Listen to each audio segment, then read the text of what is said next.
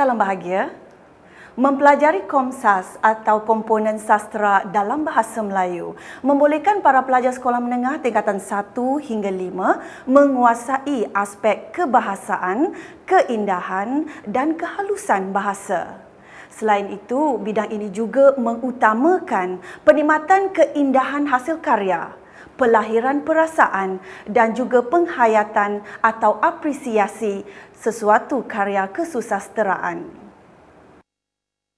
Tegasnya, hasil pembelajaran utama atau fokus utama dan hasil pembelajaran khusus atau fokus sampingan yang perlu dicapai oleh pelajar dalam bidang estetik ini ialah memahami dan memberi respon peribadi tentang karya sastra, menguasai gaya dan laras bahasa dalam karya kreatif dan bukan kreatif, serta menghasilkan karya kreatif dan bukan kreatif.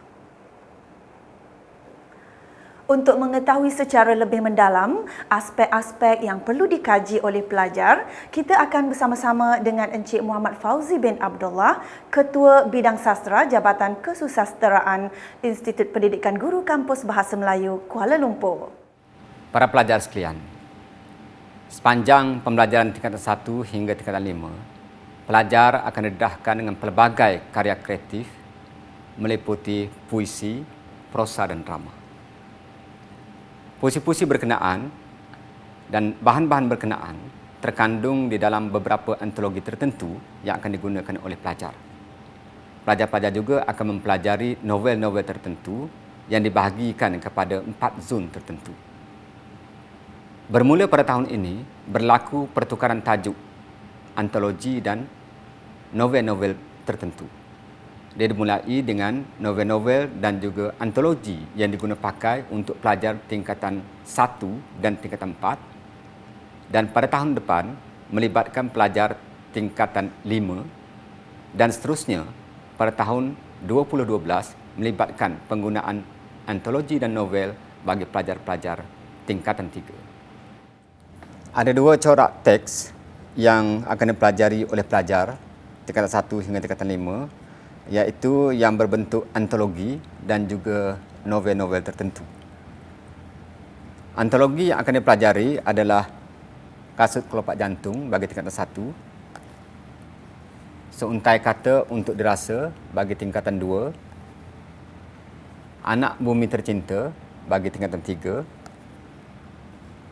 Harga Remaja bagi tingkatan 4 dan antologi Kerusi untuk tingkatan 5. Selain daripada itu, pelajar juga akan mempelajari novel-novel tertentu mengikut tingkatan dan mengikut zon-zon yang tertentu.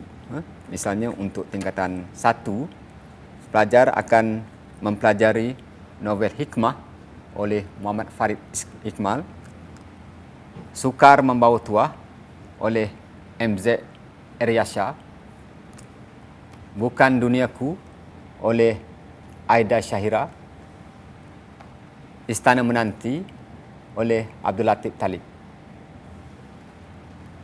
Bagi tingkatan 2 pula, pelajar akan mempelajari novel-novel yang sudah sedia ada, iaitu Timuluk Kapal Perang oleh Azmah Nordin,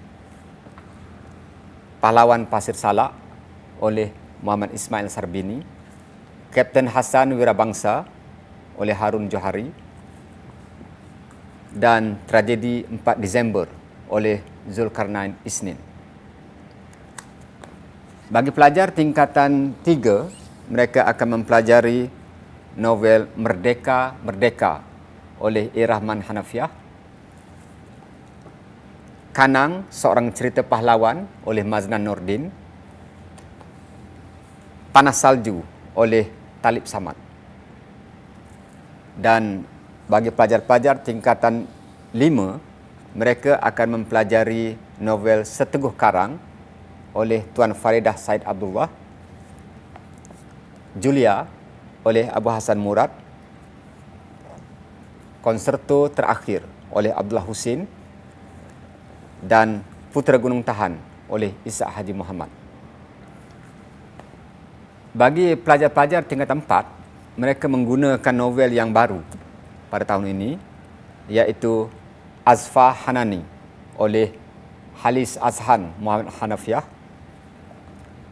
Papa, akhirnya kau tewas jua oleh Diana Yusuf. Renyah oleh Gunawan Mahmud. Dan Melunas Rindu oleh Hartini Hamzah. Pelajar yang mempelajari Komsas akan didedahkan dengan kemahiran-kemahiran asas dan konsep-konsep asas peristilahan sastra. Walau bagaimanapun, kajian Komsas ini tidaklah sebegitu mendalam seperti mana kajian yang dihadapi dalam kesusastraan Melayu elektif.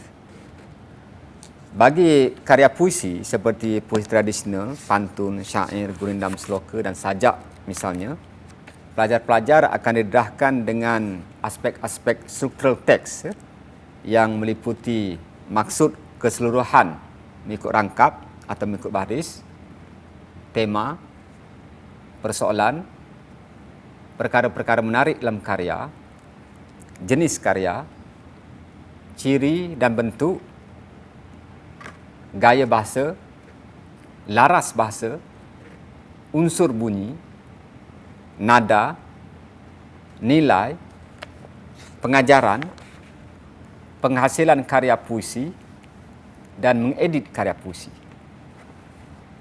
Walau bagaimanapun, bagi puisi-puisi naratif seperti syair, seloka atau sajak, aspek-aspek struktural yang akan dikaji meliputi pemikiran atau idea keseluruhan atau urutan peristiwa, watak dan perwatakan, latar, plot dan sudut pandangan seperti mana kita mengkaji karya prosa. Bagi karya prosa seperti prosa tradisional dan prosa moden termasuklah drama, antara aspek struktural yang akan dikaji oleh pelajar adalah jenis, ciri, perkara menarik dalam karya, idea keseluruhan, urutan peristiwa, tema, pemikiran dan persoalan, watak, perwatakan, latar dan plot, sudut pandangan, gaya bahasa dan laras bahasa, nilai, pengajaran, penghasilan karya dan juga mengedit karya. Sebagai kesimpulan, pelajar-pelajar yang mempelajari Komsas ini akan dapat menguasai beberapa kemahiran-kemahiran tertentu dalam usaha untuk memupuk dan meningkatkan kemahiran berbahasa pelajar-pelajar sekalian. Antara kemahiran-kemahiran yang akan dapat dikuasai oleh pelajar adalah kemahiran memahami karya sastra, kemahiran menikmati keindahan bahasa dalam karya sastra, kemahiran mempersembah karya sastra dan kemahiran menghasilkan karya sastra. Diharapkan dengan pembelajaran Komsas ini, kita akan dapat memperluaskan bacaan pelajar-pelajar sekalian di samping menyokong usaha kerajaan ke arah memartabatkan penggunaan bahasa Melayu dalam kalangan generasi kini dan generasi akan datang. Diharap dengan mengenal dan mempelajari Komsas, para pelajar akan bertambah minat membaca dan mempertingkat kemahiran berbahasa serta dapat memupuk semangat jati diri satu Malaysia. Akhir sekali, sastra cerminan masyarakat kita.